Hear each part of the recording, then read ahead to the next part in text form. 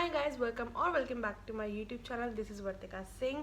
So this video is the most requested video on my channel till now. मैंने एक video डाला था अपना CBSE रिजल्ट क्लास 12th का और उस पर आपने बहुत सारे कमेंट्स करे about my accountancy result, that how I achieved it, मैंने क्या क्या करा, मैंने क्या नहीं किया, मैंने सेल्फ स्टडी ली थी, आप मैंने कोचिंग ली थी, मैंने यूट्यूब चैनल कौन से फॉलो करे, my study model and whole lot of things. So I will be clearing that in this video. So make sure you watch till the end. And इसमें मैं 3 tips बताने वाली हूँ which will be very beneficial for your boards, like upcoming boards if you are batch of 2024 and 2025. So make sure you watch till the end. Let's start with the video first. So मैंने यहाँ पे specially इतनी सारी चीज़ें लिख के रखी है कि मुझे क्या क्या बताना है आप लोगों को. So this video is divided into like 3 parts. So first tip, second tip and the third tip. Let's start with the first tip. Tip number 1 is to understand your syllabus first. I know कि आपकी छुट्टियाँ almost शुरू हो चुकी होंगी, summer vacation या फिर होने वाली होंगी एंड ऑफ मई से आई दिस, क्योंकि इस बार शायद समर वेकेशन बहुत लेट शुरू हुई है बच्चों की. बट एनीवेज समर वेकेशन शुरू होने के बाद आप लोगों की या तो UT1 होगा या तो मिड टर्म होगा इन अराउंड अगस्त सितंबर के बीच में हो जाता है.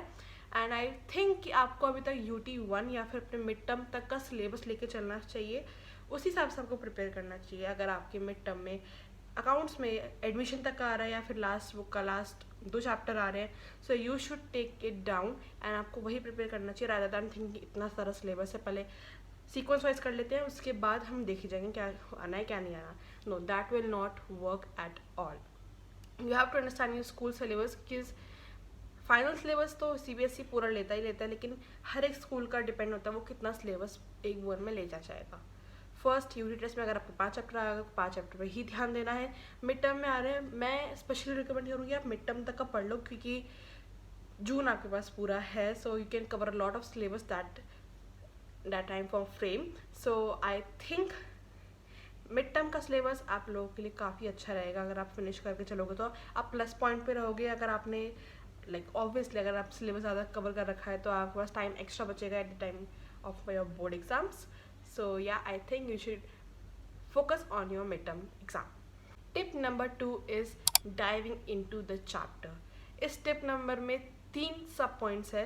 Sub point is video, sub point 2 is notes and sub point 3 is every question. So what do I mean by video?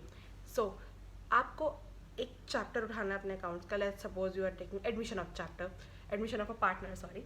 सो आपने वो चैप्टर लिया, आपने यूट्यूब पे गए, आपने वहाँ पे वीडियो लेक्चर देखा. For the video lecture I will recommend Sunil Panda sir, no other channel. उनके एक प्रीवियस ईयर का योद्धा बैच था, you can follow for that. मैंने भी उसी से पढ़ा था and it's the best, it's best. क्या काम करना है आपको? आपको वीडियो देखनी है, उसके बाद आपको नोट्स बनाने हैं. नोट्स आपको बनाने ही बनाने हैं, क्योंकि आप पहली बार वो चैप्टर पढ़ रहे हो और आपको नहीं पता उसके अंदर क्या क्या चीज़ें आने वाली हैं. So you should write it down each and every thing. जहाँ पे इम्पॉर्टेंट है वहाँ पे 3 स्टार बनाओ, सर्कल बनाओ, रेड पेन से लिखो, हाईलाइट करो, जो भी करो.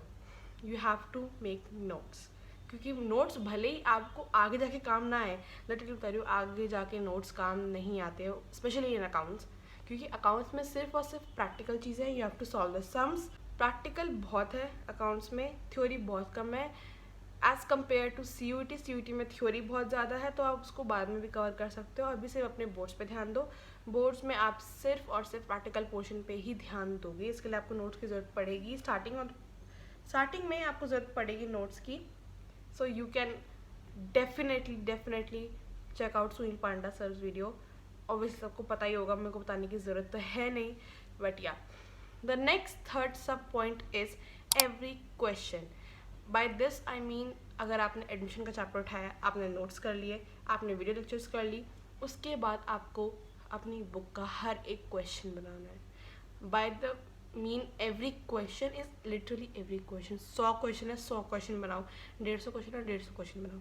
अगर आपको स्टार्टिंग में समझ नहीं आ रहा, because I follow TS Grewal, आपकी कोई भी बुक हो सकती है, DK Goyal. Personally TS Grewal मेरे स्कूल में भी होती थी, इसलिए मैंने साथ साथ वही पढ़ी थी. उसके अंदर सॉल्व एग्जाम्पल्स होते हैं, so you can refer that अगर आपको स्टार्टिंग में प्रॉब्लम आ रही है तो.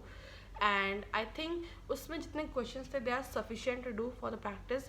एंड आपको लगेगा कि हर चैप्टर के 150 क्वेश्चन मिनिमम एवरेज लेके चलते हैं. 150 क्वेश्चन कैसे होंगे, you have ample amount of time, छुट्टियाँ चल रही है, आराम से एक दिन लेके एक चैप्टर लो, आराम से होगा। मैंने अपना सिलेबस स्क्रैच से जनवरी में किया था क्योंकि मुझे कुछ समझ ही नहीं आ रहा था। मेरे प्री बोर्ड में मैं जस्ट पास हुई थी, सीरियसली जस्ट पास हुई थी अपने प्री बोर्ड में। फिर मैंने ठान लिया नहीं, अब तो मुझे पूरा सिलेबस स्क्रैच से करना है।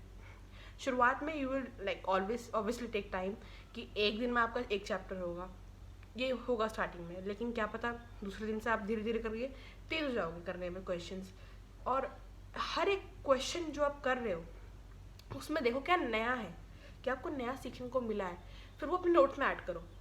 एक बार तो आपने नोट्स बना रखे हैं, उसके बाद जो आप क्वेश्चन करते टाइम चीज़ें कर रहे हो, you have to add that point जो आपको लगा ये तो नया है, ये तो मैंने अपने नोट्स में लिखा नहीं, या तो ये मुझे पता नहीं है। That's how you do your note making effectively. और अगर आपको लगता है कि मैं एग्ज़ाम से पहले भूल जाऊँगा तो वो नोट संभाल के रखो, एग्ज़ाम के टाइम पे खोलो लास्ट मोमेंट पे, क्योंकि अकाउंट्स के टाइम पे आप रिवाइज क्या ही करोगे, लास्ट मोमेंट पे प्रैक्टिकल क्वेश्चन आप सॉल्व नहीं कर सकते, दैट्स नॉट पॉसिबल। तो लास्ट मोमेंट पे आपको थ्योरी करनी करिए, तो लास्ट मोमेंट पे you have to make sure कि आपके पास नोट्स हों, उसके अंदर थ्योरी वाला पार्ट आप कर रहे हो, ताकि you are thorough with everything like theory plus practicals and all that stuff. Believe me, starting में टाइम लगता है to do every question of each and every chapter, but अभी आपकी स्टार्टिंग है, so you can take it like very easily. Third tip is relax, literally relax. अपने ऊपर ऐसा कोई बर्डन मत डालो कि हमें अकाउंट समझ में नहीं आ रही, हम क्या करें यार, ऐसे कैसे होगा, हम बोर्ड में कैसे करेंगे। इवेंचुअली आ जाएगा।